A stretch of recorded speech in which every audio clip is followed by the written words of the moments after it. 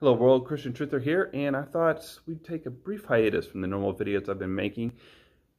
It's a little bit of an odd time for me. Today is Good Friday, so I hope you'll pardon the interruption. I wanted to talk a little bit on the Christianity side of my channel. So just to kind of give you an idea of why this day is important to Christians, we have to start at the beginning. Christians believe that God created everything. In the beginning, God created the heavens and the earth. Okay, and he says multiple times throughout the beginning creation story that it is good. And he ends up, when it's all done, it is very good. God is pleased with creation, and he walks with us. But we messed it up.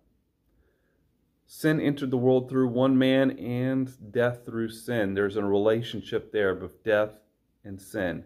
And we sinned, we messed it all up.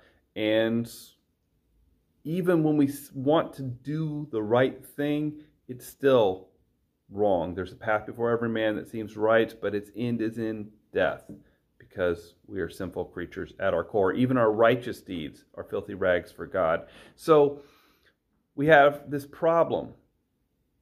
All right, all of us have this problem. It's sin.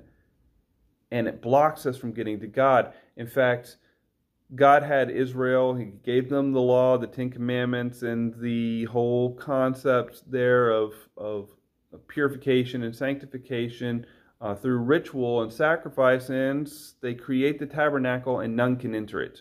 That's at the very end of Exodus. None can enter into that tabernacle. And God has to go further. And God always does go further. He cares and loves about us so much. He keeps doing that. He keeps going further for us to make a way when we can't do it ourselves. And that's where Jesus comes in. That's where Good Friday starts to come in. So the concept of Jesus being God, but calling him his Father, the Father, as if he's separate, it's a very perplexing one to many people. So I thought I would give my best stab at explaining it. And of course, I think this is a simplification. I don't believe any of us can truly understand God this side of eternity, but here's my best explanation for it.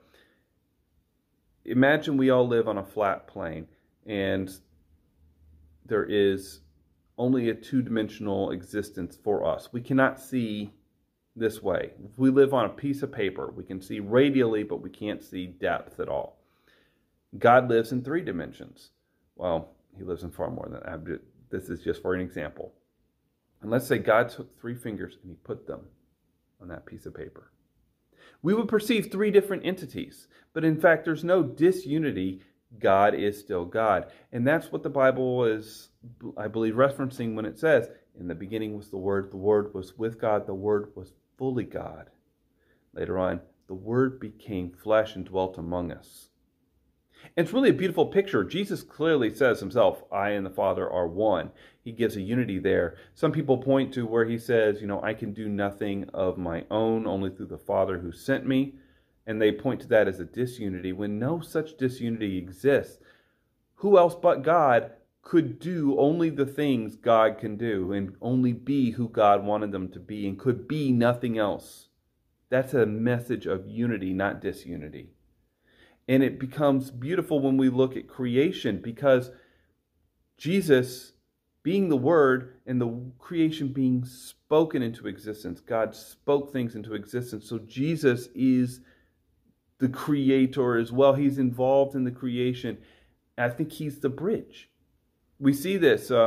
Jacob sees a ladder or a stairway that the angels are descending and ascending upon to heaven, between earth and heaven. And then Jesus says, soon you'll see angels descending and ascending from heaven upon the Son of Man, referring to himself.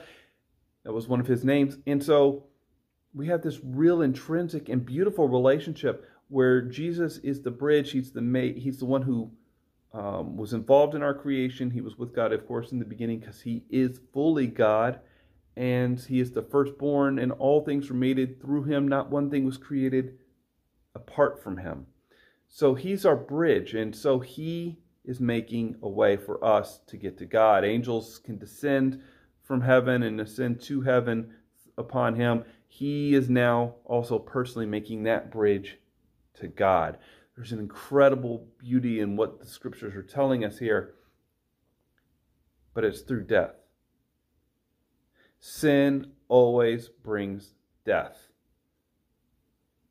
And so, if sin entered the world through one man and death through sin, and so death spread to all people because all have sinned, we needed individually someone to die for our sin who was not guilty of death. And that's where Jesus comes in. You see, one person, just a man dying, is just worth one life. It's a life for a life. And that's what the concept of sacrifice was, the death of sheep and lambs and goats. These were the life for a specific sin. They weren't even worth the life of a whole human. It was just for a specific sin. But here we have Jesus. Being God is worth all of us put together and so much more. And he lives as we do, yet without sin. And he dies. And now we get to the weird time for me. Because here we have Good Friday, where we recognize the death of Jesus Christ. And we should always be doing that. Nothing changed today. In fact, we don't know exactly what day it was. We can't even tell you it was in April. It could have been in March. It is based on the Jewish calendar, the Passover feast. It's not based on anything else, because the Jewish calendar is based on a lunar calendar, and it cycles differently. This year, 2020, it started on April 8th. And we would have had the Last Supper on April 9th, and April 10th, we would have Jesus dying on a cross for everyone. And then we look forward to a Resurrection Sunday. But that's why we celebrate, most Christians celebrate a church service on Sunday, because it is a Resurrection Sunday. It has become our one day a week that we set aside for the worship and in the rest in God, instead of on Saturday as it traditionally was. So we have a very unique concept here, where every day we should be celebrating the fact that Jesus died for our sins. And every Sunday, and really every day, should be also a celebration that he rose again. And we'll get more into that in a future video. But here we are separated from one another because of government edict in this state, at least, in most states as well. Because of a coronavirus, we have a separation, but we still talk to each other. We have connection through technology, such as what I'm doing right now. And I've been doing a lot of video chats with other church members over the past several weeks. We've been trying to maintain connections with one another. Jesus was cut off.